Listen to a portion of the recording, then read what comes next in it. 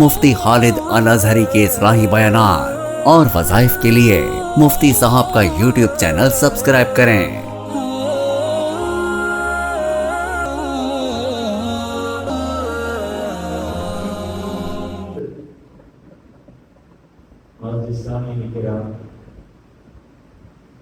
شکر اس رب کا جس نے ہمیں نبی آخر الزمان صلی اللہ علیہ وسلم کی امت کا فرد بنایا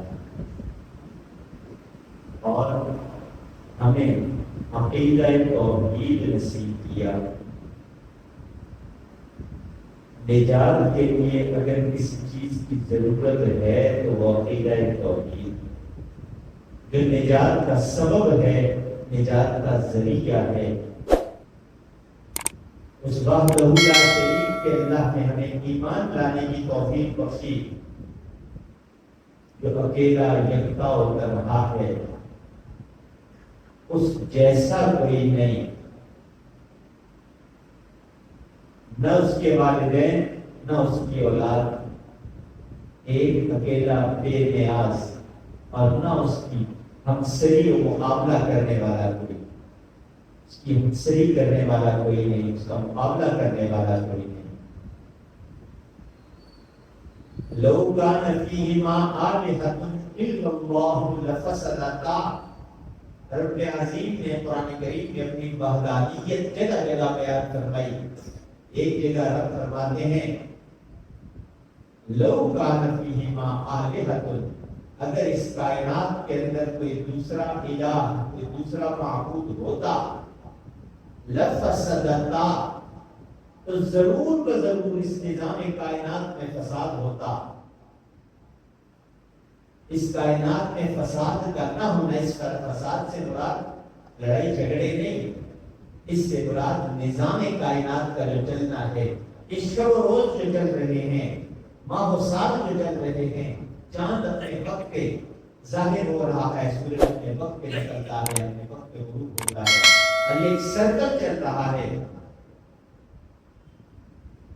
آج اگر 3 اکتوبر ہے، آج سے 1000 سال پہلے بھی 3 اکتوبر کو سورج کے طلوع کا یہی وقت تھا جو آج ہے، سورج کے غروب کا وہی وقت اس وقت تھا جو آج ہے، اور یہ اسی طریقے سے قیامت تک رہے گا۔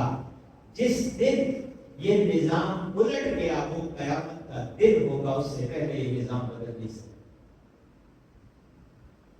یہ نظام چلانے والی ذات، اس کے اندر فساد کا نہ ہونا، یہ بھی اللہ کی وحدانیت کی ایک بہت بڑی دلیل۔ اللہ وحدہ لا شریک ہے، اللہ کارساز ہے، سب کچھ کرنے والا ہے۔ اللہ کی اجازت، اللہ کے حکم کے بغیر ایک پتا جو ہے نا، پتا سوکھا ہوا پتا وہ درخت سے گرتا نہیں جب تک اللہ کا حکم اور ارادہ نہ ہو۔ جب اللہ کا حکم ہوتا ہے، ارادہ ہوتا ہے، اور وہ اتنا علیم و خبیر رب ہے، وہ اتنا علیم و خبیر رب ہے۔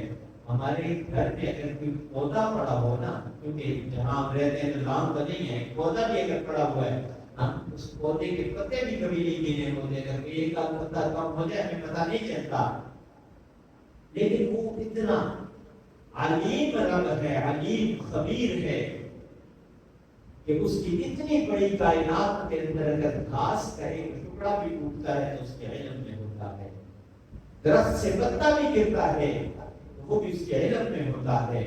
اور اللہ تبارک و تعالیٰ درخت سے جو پتا گرتا ہے اس کی جگہ دوسرے پتے کا بندوبست پہلے ہی کر چکے ہوں گے۔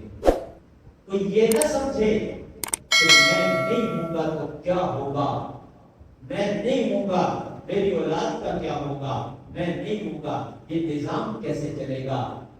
بڑے بڑے آئے نظام کے دعوے دار، لیکن دنیا سے بے بس ہو کے گئے، کچھ نہ کر سکے، کچھ نہ کر سکے، چلے گئے۔ نظام آج بھی چل رہا ہے۔ یہ اس چیز کی دلیل ہے کہ اللہ وحدہ لا شریک موجود ہے، کہ نظام کوئی اور نہیں چلاتا، وہ اللہ چلاتا ہے۔ کچھ وقت کے لیے کسی کی ڈیوٹی لگ گئی، وہ یہ سمجھ بیٹھتا ہے شاید میں چلا رہا ہوں، اللہ بندوں کو کام پہ لگا دیتا ہے، جانوروں کو کام پہ لگا دیتا ہے، حشرات کو کام پہ لگا دیتا ہے، ابابیلوں کو کام پہ لگا دیتا ہے۔ جب اللہ کے گھر پہ حملہ ہوا، ابرہہ نے حملہ کیا، تو میرے رب نے طاقتور نہیں، کمزور ترین پرندہ، پرندوں میں بھی کمزور ترین پرندہ ابابیل آتے تھے، کتنی سی چڑیا ہے، چھوٹی سی کمزور سی، اللہ چاہتا عقاب کو مسلط کرتا، بڑا پرندہ تھا، طاقتور تھا، شاہین کو مسلط کرتا، عباس کو بھیجتا، لیکن میرے رب نے ابرہہ کے اس ہاتھیوں والے لشکر پہ، اس طاقتور ترین فوج پہ اللہ نے ایک معصوم چڑیا، معصوم سی چھوٹی سی، اور اس کو دیا کیا؟ ایٹم بم نہیں دیا، بندوقیں پستولیں نہیں تھمائی، اللہ نے کنکریاں، اللہ کے حکم سے وہ ابابیل کنکریاں اٹھا کے گئے، تین تین کنکری ایک ابابیل کے پاس تھی، دو پنجوں میں ایک چونچ میں آگ کے اوپر سے پھینکتے تھے، اور جس انسان پہ لگ جاتا، جس ہاتھی پہ لگ کر وہ کنکر ٹکراتی، وہ بھوسے کا ڈھیر بن جاتا، وہ بھوسے کا ڈھیر بن جاتا۔ یہ کیا تھا؟ یہ اللہ نے اپنی ذات دکھائی کہ میں ہوں، میں موجود ہوں۔ وَأَنْتُمُ الْأَعْلَوْنَ إِن كُنتُم مُؤْمِنِينَ، اللہ فرماتے ہیں وَأَنْتُمُ الْأَعْلَوْنَ، تم کامیاب رہو گے، تم حاوی رہو گے، فتح تمہاری ہوگی، لیکن شرط کیا ہے؟ إِن كُنتُم، اگر تم ایمان والے ہو، ایمان تمہارے پاس ہوا تو کامیابی تمہاری ہے، ایمان نہ ہوا تو پھر ناکامی تمہاری ہے۔ آج دنیا کے اندر جہاں کہیں دیکھیں مسلمان پہ ظلم ہے۔ اللہ تو کہہ رہا ہے وَأَنْتُمُ الْأَعْلَوْنَ، تم کامیاب ہوگے، کیا مسلمان کامیاب ہو رہا ہے؟ لیکن اگلی شرط جو اللہ نے لگائی کہ اگر تم مومن ہوئے، بات یہ ہے کہ ہم مومن نہیں ہیں، ہمارے ایمان کمزور ہے، ہمارے ایمان جب کمزور ہوئے، ہم نے دنیا کی طرف دیکھنا شروع کر دیا۔ صحابہ نبی کریم صلی اللہ علیہ وسلم کی معیت میں جب بدر میں جاتے ہیں، ایمان مضبوط ہے، 313 میں ہزاروں کے لشکر کو ڈھیر کر دیتے ہیں، تلواریں نہیں ہیں، پورے لشکر کے پاس صرف 2 تلواریں ہیں۔ صحابہ جو بدری صحابہ ہیں، ہاتھوں میں لاٹھیاں اٹھائی ہوئی ہیں، یہ 313 کا لشکر۔